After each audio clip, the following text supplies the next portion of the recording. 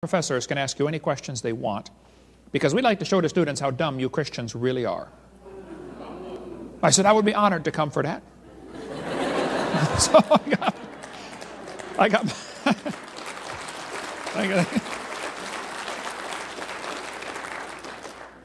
got there and there were 6 professors and all their students in the room. I felt like Daniel in the lion's den, you know. I said, folks, I got my charts out here, and I said, I believe the Bible. The Bible says God made everything 6,000 years ago. 4,400 years ago, there was a big flood, destroyed the world. Noah saved 2 of each kind, not every species, just the basic kinds on the ark. Now, since then, there's been a whole lot of varieties produced. Big dogs, little dogs, curly hair, straight hair, no question. But just basic kinds on the ark. And then I told them what they believe, because most of them don't know what they believe. You got to tell them.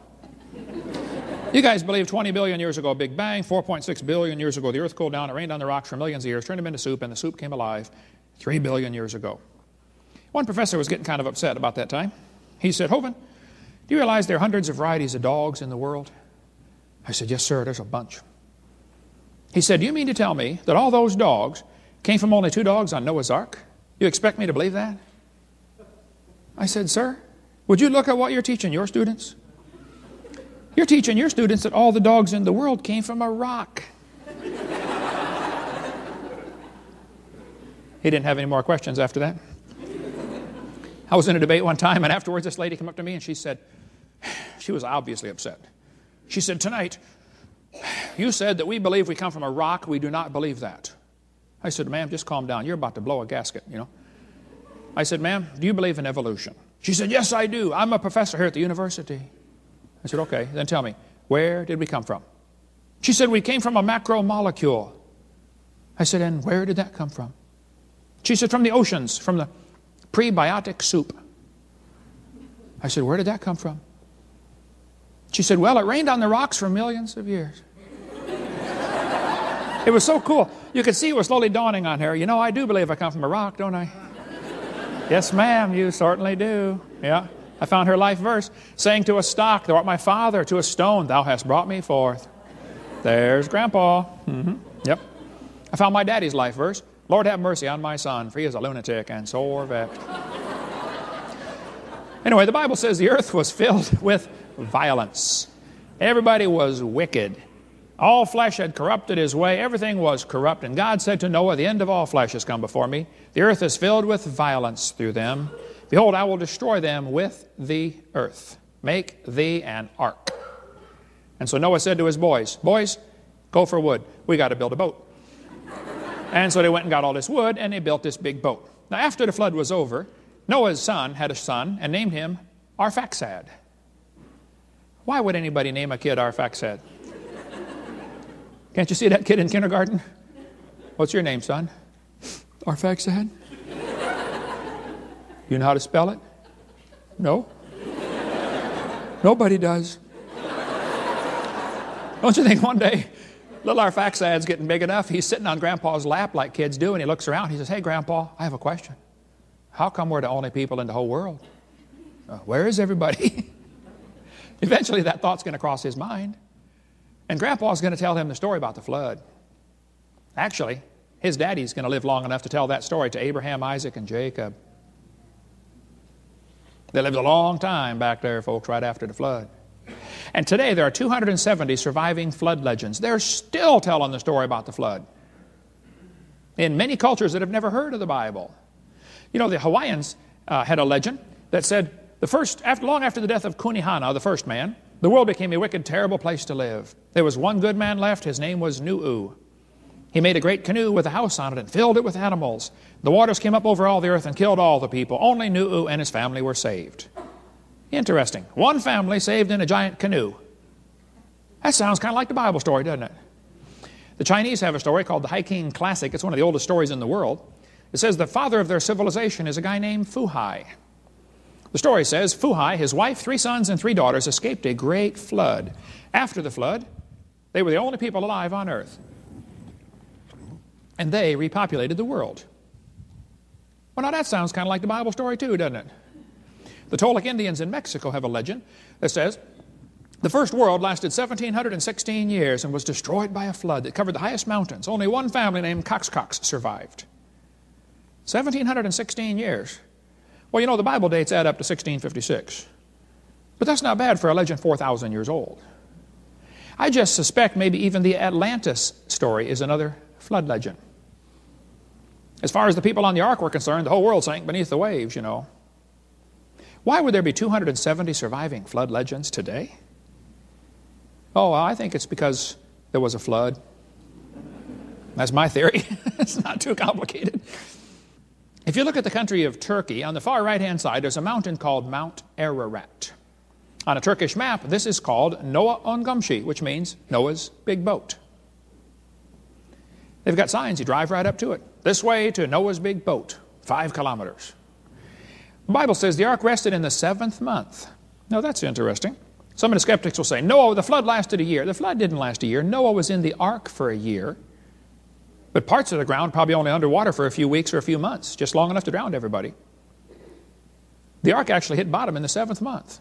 Now, why didn't he get out till the 13th month? We cover all that on video number 6, all the reasons why he stayed in the ark. But the Bible says the ark rested in the 7th month upon the mountains, plural, mountains of Ararat. The Bible does not say the ark landed on Mount Ararat. It could have, I don't know, but it doesn't say that. There are at least 4 theories of what happened to Noah's ark. Some people say they took it apart and used the lumber for buildings. After all, when Noah got off the ark, how big were the trees outside? About this big, right? Pretty tough to build a house out of. Some people say it rotted, it fell apart, it's gone. Could be. Some people say it's still on the mountain. And they're always going over there looking for it. And they always come back and say, boy, we just almost found it. We'll try again next year. And it could be, I don't know. Other people think it's not even on the mountain, it's down in the valley. Those who think it's on the mountain go over there looking for it. And they always say, it could be here, could be here, could be here. And they're always looking for it. And I'm not against that at all. But I just am telling you, there's no absolute scientific proof that it's even on the mountain. Other folks think it's not even there. They think it's down in the valley because the chances of something landing on a mountain as the mountains are rising or the water's running off, the chances are close to 0. Try it in a bathtub. Bring something up under a floating object. It'll float off to the side. It's more likely to land in what's called a nested area between a bunch of mountains, and the water can slowly drain off. Many people think that the 1960 photograph showed a boat-shaped object that could have been Noah's Ark.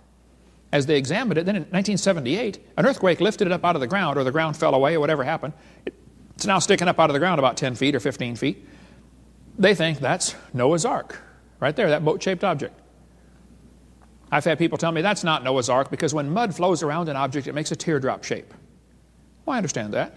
I taught physics. I know how that works. If the front end of an airplane wing is rounded, the back end is pointed. But this one's facing backwards. There are 2 more teardrop shapes like that, but the round end is uphill. On this one, the pointed end is uphill. This is not a mud flow. Many folks think that's Noah's Ark. I knew Ron Wyatt. He died in '99, but he was a good friend of mine. We differed on quite a few little things, but he was a good guy. He loved the Lord. He and many other folks thought that was Noah's Ark. They did a lot of studies on that and said, yep, we think that's the ark. They say it collapsed on itself, folded out to the side. With ground-penetrating radar, they found what they said were deck timbers in there. They found iron rivets and bolted this thing together. They've got some in the museum south of Nashville. I've held the rivets in my hand. Go to Cornersville, Tennessee. As soon as you get off the interstate, this old abandoned gas station that they've converted gas station right there into the museum about Noah's Ark. The government of Turkey said, yep, that's Noah's Ark down in the valley. They built a visitor center.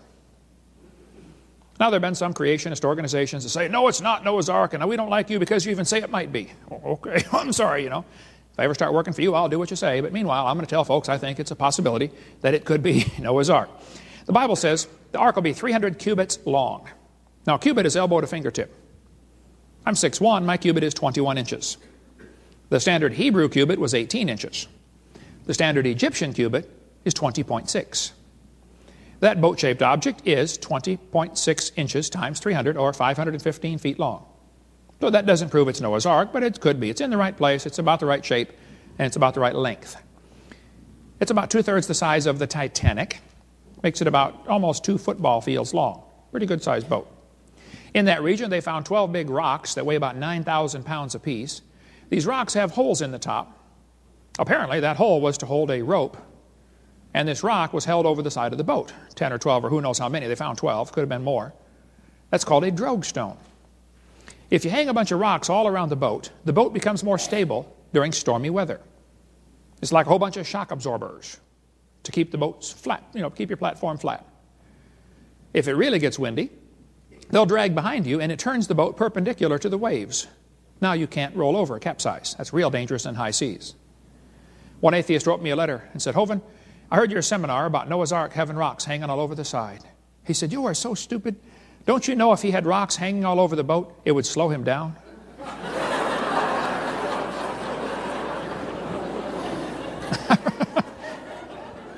I wrote back and said, where was he going? He's not trying to go anywhere. He's just trying to float. Brother. And I'm stupid, yeah. I debated a former preacher turned atheist.